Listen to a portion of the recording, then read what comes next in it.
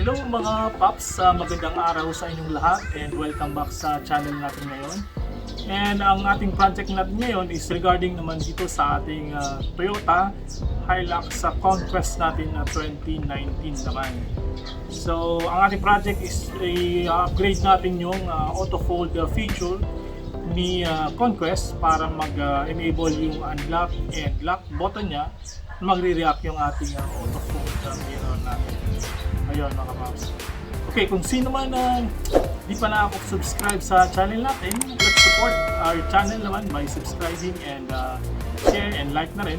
Comment na rin kung may mga katanong kayo dito sa ating channel. Okay, meron tayong nabiling module na galing sa Lazada ito na compatible daw ito sa Hilux Conquest 2019. Yung merong auto fold mirror, and then sa Fortuner na yung current body niya ngayon na model is compatible din itong module na to, and meron daw pwede sa Innova yung sa mga naka-auto fold mirror naman. So ang feature na to upgraded lang para sa ating feature ng sasakyan natin na mag-trigger yung unlock and unlock button natin sa sasakyan natin. So ayan, so galing ito sa Lazada Pops. Ang kasama niya nito is yung wire harness saka yung pinaka module mismo, and plug and play lang naman ito mga paps. So bali ang magiging finished product niya is kagaya nito is naka-enable na yung unlock and lock button niya, and then magre-react yung auto folding mirror natin sa ating Hilux. So ayun mga paps, so i-walk through natin to sa installation natin. Plug and play lang daw, mabilis lang yung pagbaklas lang ng ating door panels, yung ating titingnan kung paano first time. So yun, so bali mga paps, tanggalin natin itong speaker, itong panel, and ito naka-clip lang naman ito, so kailangan lang ng konting force para mabaklas natin ito. Naka-clip lang din naman ito, and then may tornilyo dyan sa loob, and then ito gawin natin. So ayun mga paps, so start natin na baklasin.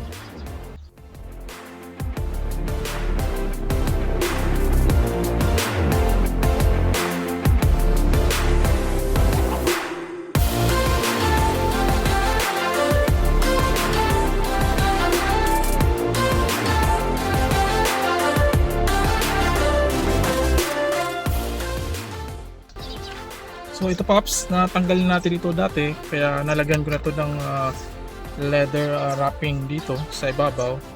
So ang watch out lang natin is itong clip na to, susungkitin nyo lang sa ilalim para mapailabas nyo itong pinaka elbow rest natin. Okay,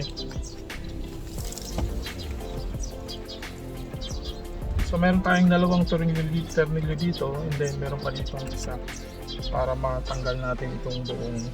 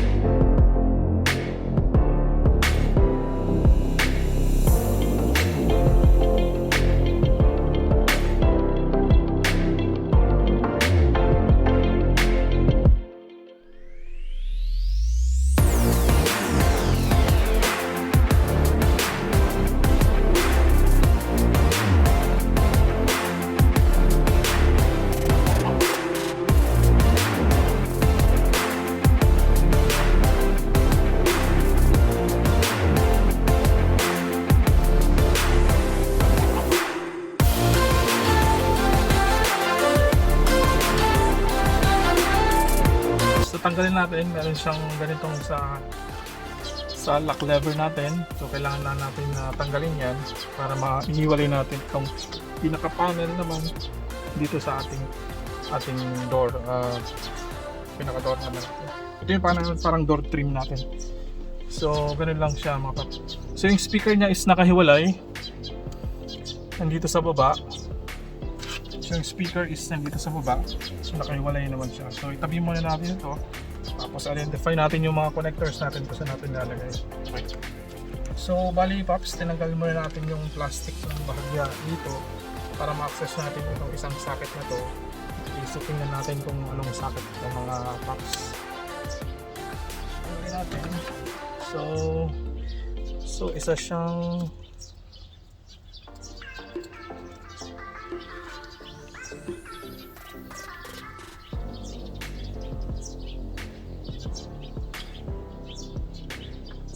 So 10 sockets na 2 row.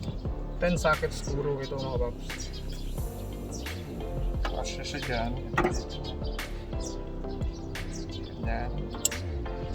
And then yung pinakadulo niya is 10 sockets 2 row. Dito siya pupunta.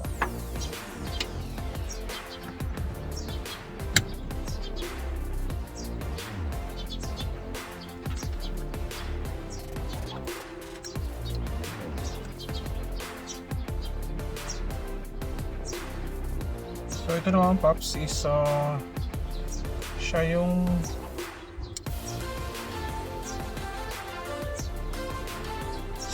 sockets na may 5 sa ilalim. So 16 sockets na may 5 sa ilalim. Siya dyan. Ito yung pupunta dun sa controller natin dito sa armrest para dito.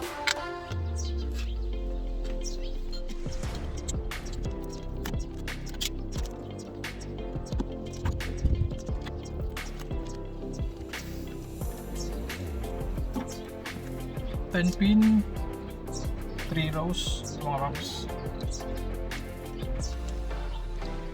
10 pin 3 rows.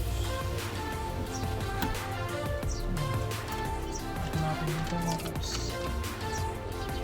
Ito yung fuse naman, and ito yung para sa module natin.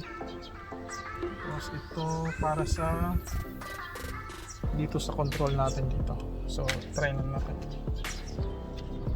Para sa module 16 pins. And then i-ano natin ito, secure natin. Sabit lang muna dyan. Then try natin mga Pops. Hit natin ito.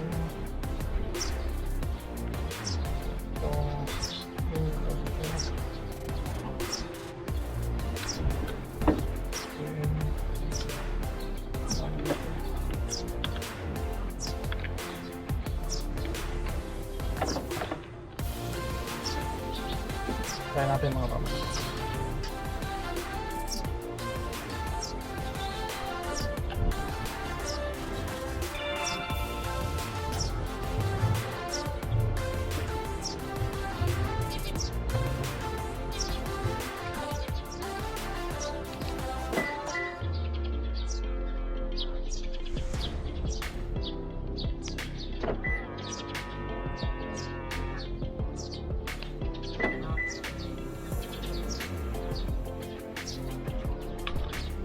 So yung Pops, na-test din natin na gumagana naman natin yung installation natin. So ibalik na natin yung door trim natin, yung panels natin para mabalik na natin yung natin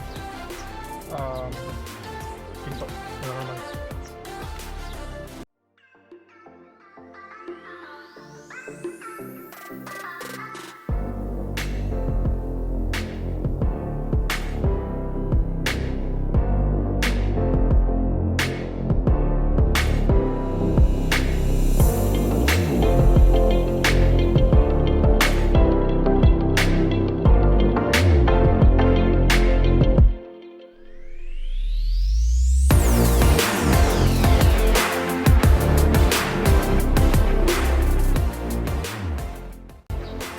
So ayun mga Pops, na-complete na natin yung installation, madali lang siya.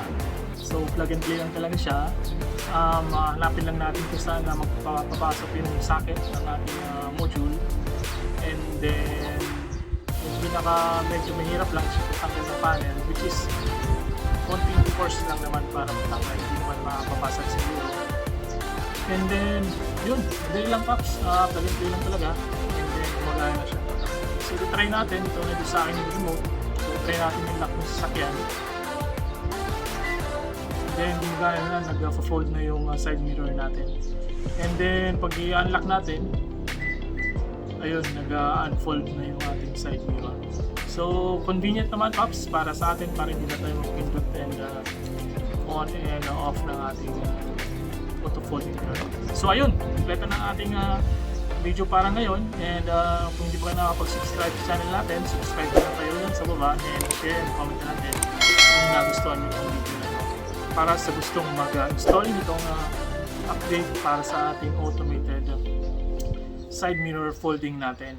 And then pwede ito sa Fortuner, sa Hilux, and sa ibang model ng Innova natin. Pinaka-latest siguro ng Innova, pwede ata. Basta meron siya auto yung folding mirror na switch naman. So pwede natin itong ilagay doon. Nakita tayo ulit. Salamat and